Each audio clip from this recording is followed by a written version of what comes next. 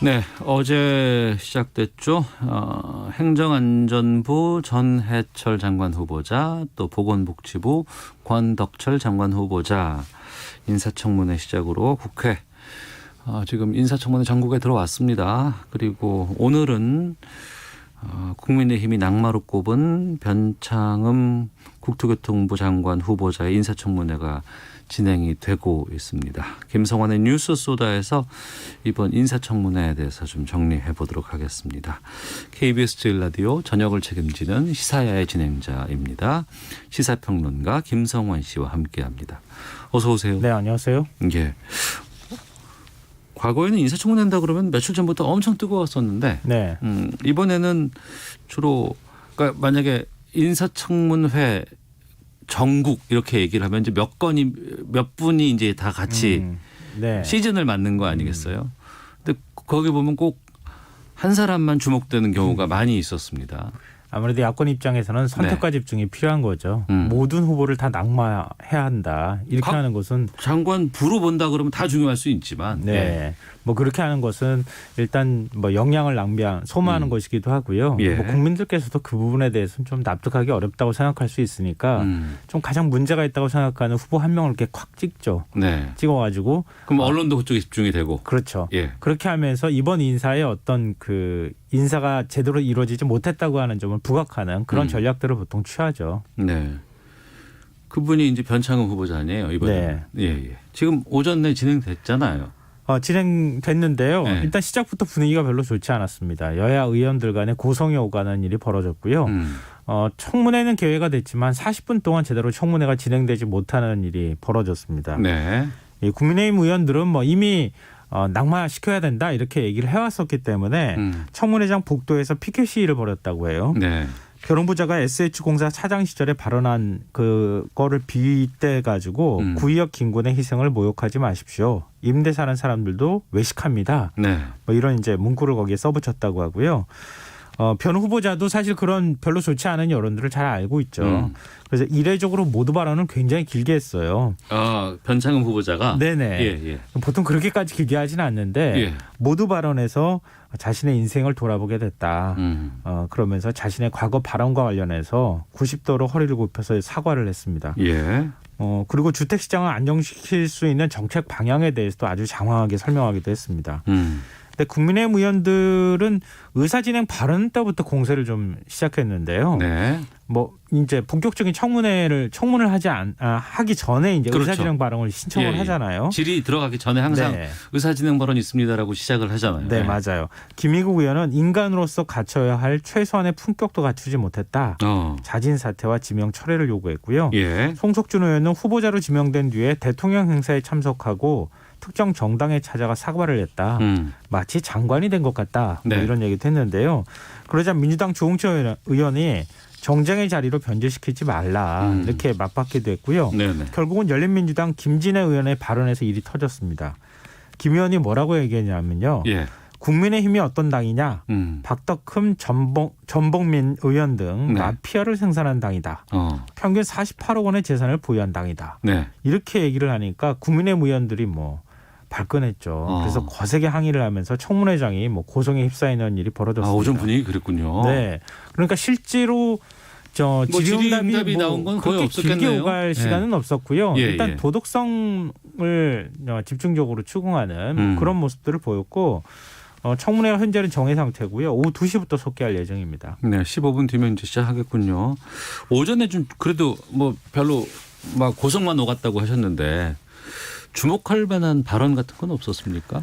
일단 전체적인 분위기 짧게 말씀드리면 변 후보자가 6차례 사과를 했다 그래요. 6번 사과. 예.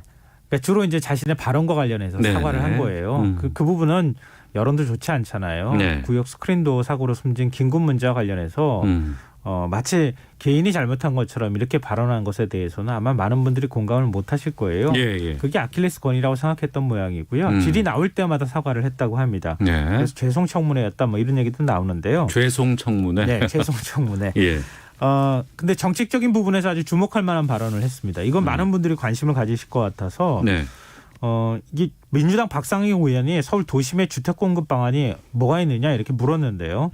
변 후보자가 서울에는 더 이상 개발할 곳도 없고 그래서 저렴한 주택이 새로 공급되지 않을 거라고 여기고 그래서 지금 있는 집이라도 자꾸 사야겠다고 생각하시는 것 같다. 네. 근데 할 곳이 아직 많다. 이렇게 얘기를 했어요. 역세권이나 저층 주거지, 예. 준공업지역 등 개발할 수 있는 땅이 아주 많다. 그 다음에 서울의 지하철열만 307개.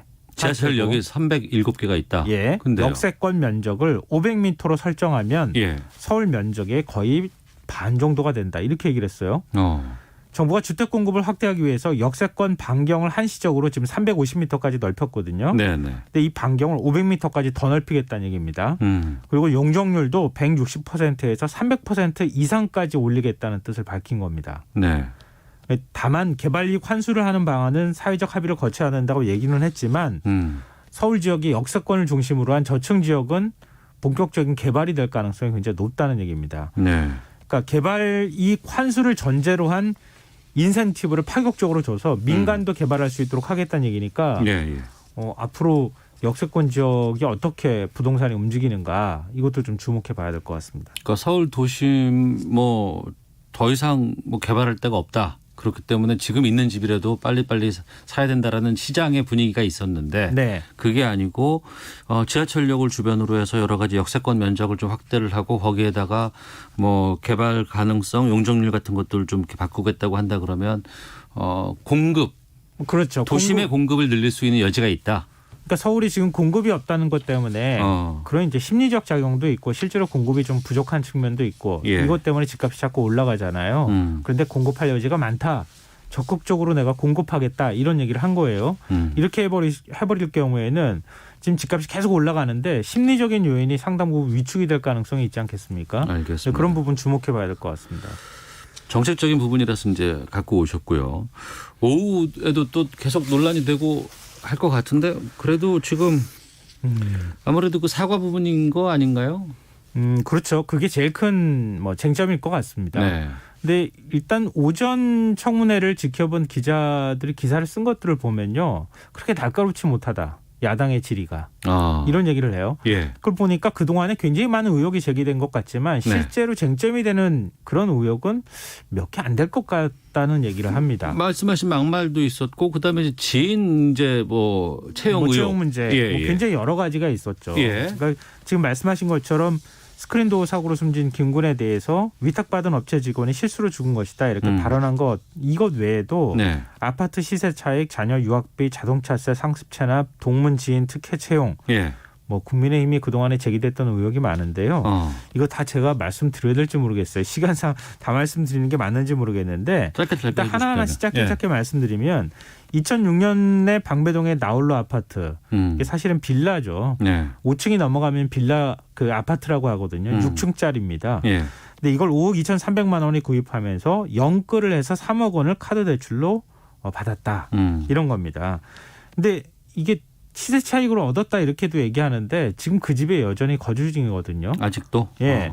그러니까 이게 시세 차익을 얻은 것인지 이 예. 부분에 대해서는 좀 의문이 찍히는 상황이고요. 예. 그리고 3억 원 대출, 카드 대출을 받았다고 하는 건데 보통 이제 당시에는 40% 정도밖에 대출을 못 받는 시절이었거든요. 규제 때문에. 네. 그런 경우에 요즘에도 집 사는 분들은 카드 대출을 받는 경우도 있어서 이게 큰 쟁점이 될 것 같아 보이진 않습니다.